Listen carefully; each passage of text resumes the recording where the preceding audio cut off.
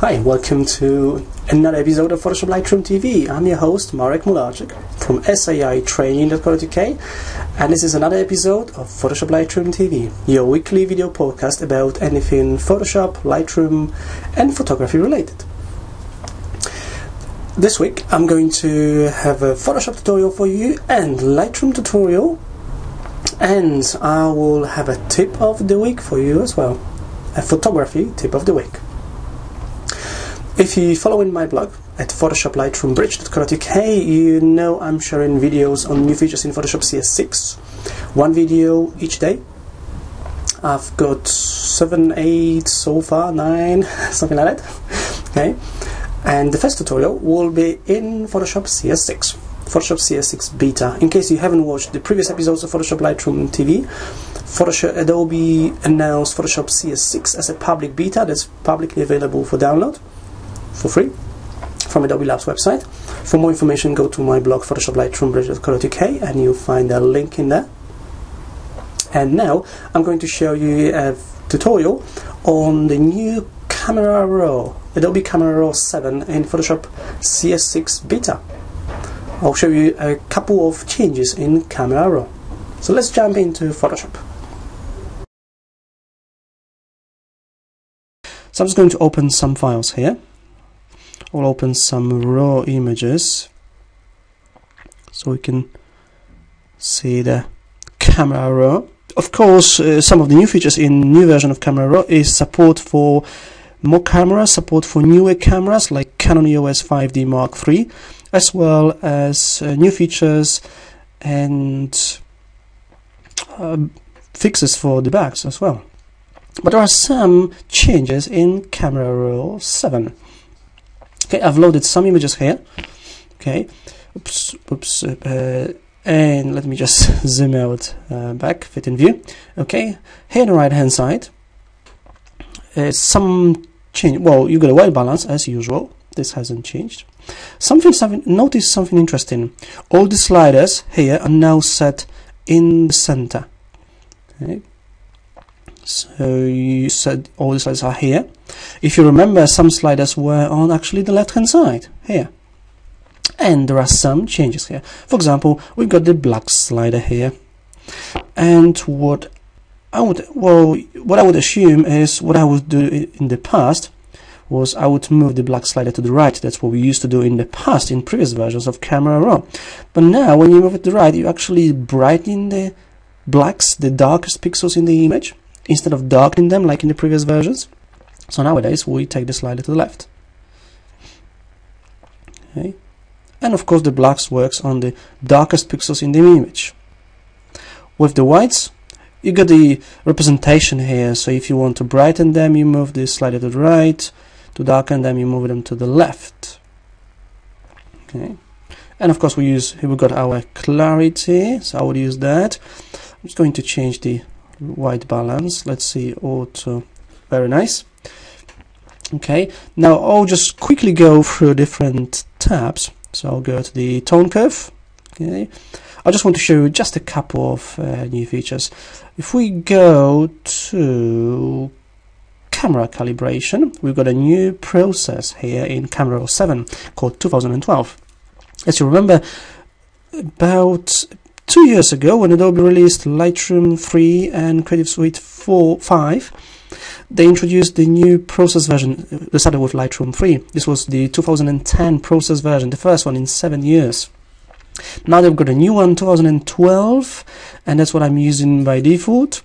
It's the new improved process version for raw images in Camera Raw 7 and in Lightroom 4 as well.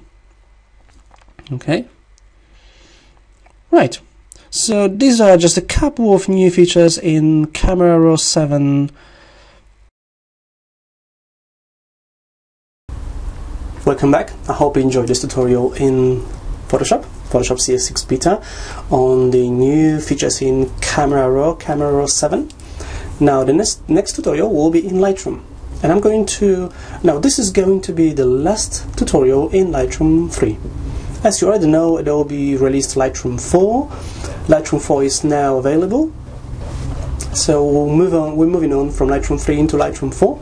So this will be the last tutorial in Lightroom 3, and from next week, from the next episode, I'll be using Lightroom 4 instead. In this video, I'm going to show you how to export, not export, but how to create a preset for exporting images from Lightroom, and how to add a watermark to the images. So next time you export images from Lightroom, whether it's 5 images or 1,000 images, they all will have your watermark. That's what I do for images I use online or the images I email to people. There's a watermark at the bottom of the page with my name. Okay, so let's jump into the last tutorial in Lightroom 3, and then we'll go to the tip of the week. Let's jump into Lightroom. Okay, here I am inside of Lightroom, and I'm going to show you how to export images and set the settings and embed the copyright watermark and save it as a preset. So here's what I'm going to do. I've got some images here that I worked on recently. I'm going to select just a few of them, not all of them. I'm going to select these couple of images, just as an example. I'm in the library module in Lightroom, and I'll hit export. Now, just before I hit export, once you've created a preset, you can then later on go to File and Export with Preset. Okay, so you can. These are my 2 presets I use. So I'll click Export here, and normally you don't have anything under User Presets. So I'm going to start from here. First, you got 2 options. You can export to hard drive, then you can export to somewhere location on your computer. I'm going to export it just to my desktop, so they're easy to find. I'm going to put it in a subfolder. I'll just leave the name 04MK. Okay, you can call it anything you want.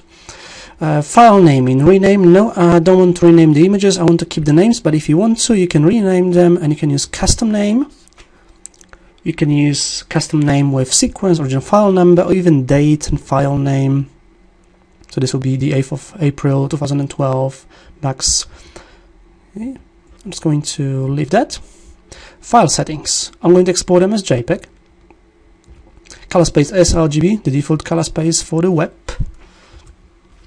So the default color space for the internet, computers, tablets, mobile phones, mobile devices in general. Quality 75, that should be okay. Good compromise between the quality and file size. You can also limit the file size. I'll leave that. And the image size, I normally resize the images. I shoot RAW on a SLR camera, so the resolution of the images is over almost 6,000 pixels on the longer side. That's too big even for the biggest monitors. So I usually resize them to 1200 pixels on the longer side. So I'll type in 1200 here and 1200 here for width and height. So the landscape images will be 1200 pixels wide, the portrait images will be 1200 pixels high. Resolution 72, that's fine. I don't sharpen the images. I've sharpened some of them already in Lightroom. In metadata, minimize embedded metadata, sometimes make the file slightly smaller. So I'll leave that. In the watermarking, I usually use a watermark that I've created. I'm going to show you quickly. I've got my one here already, so I'll click Edit Watermarks, and you can type anything you want. I've typed Marek Mularczyk photography. This is one of the images, an example. You can, and here on the right hand side, you can use a text like I did here, or you could use an image as well. If you use a PNG file, it will have a transparent background. So you could use an image as well. You can choose an image from anywhere on your computer. For font, you can choose the font family, style, align, color. I'll keep it white, and I've got a shadow in here. Okay, so you could play with the shadow. You can hardly see it here because of the image. Okay. Then in the watermark effects, I drop down the opacity. Okay. So the text is almost transparent, but you can still see it, about 15-20% opacity.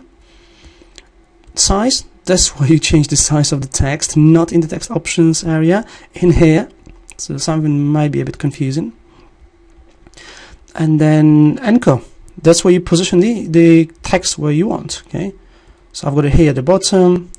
Okay, I could also click and drag in here to make the text bigger and smaller as I move the cursor. Look how the slider in the watermark effects moves. Okay.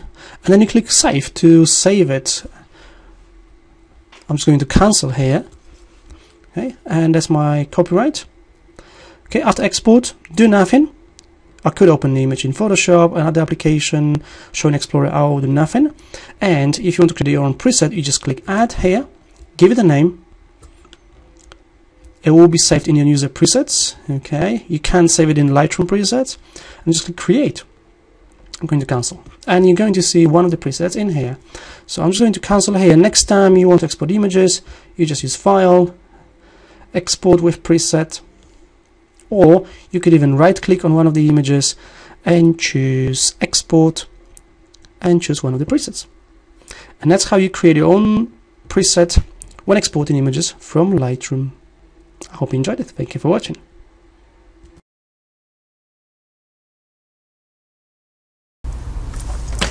Welcome back. This was the last Lightroom 3 tutorial. Now we're almost done for this week. Let me just share a tutorial with you. A tip of the week in photography. Now this applies to Canon cameras, but it may apply to other cameras as well. I'm not sure about that because I use Canon cameras. When taking photographs using live view in Canon,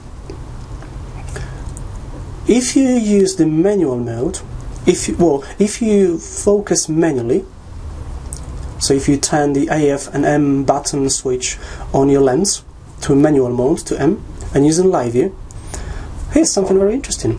You can zoom in on the image, so it's easier for you to focus.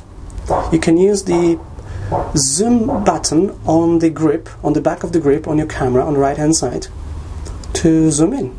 Lovely feature, I love it. It's a really great feature. Okay? I'm going to create a video about it to show you what it looks like, but this is the tip of the week. For the video, check PhotoshopLightroomBridge.co.uk in the next couple of days. And this was PhotoshopLightroomTV. Thank you for watching. I'm Marek Mularczyk from SAItraining.co.uk and PhotoshopLightroomBridge.co.uk. Thank you for watching, and I will see you next week.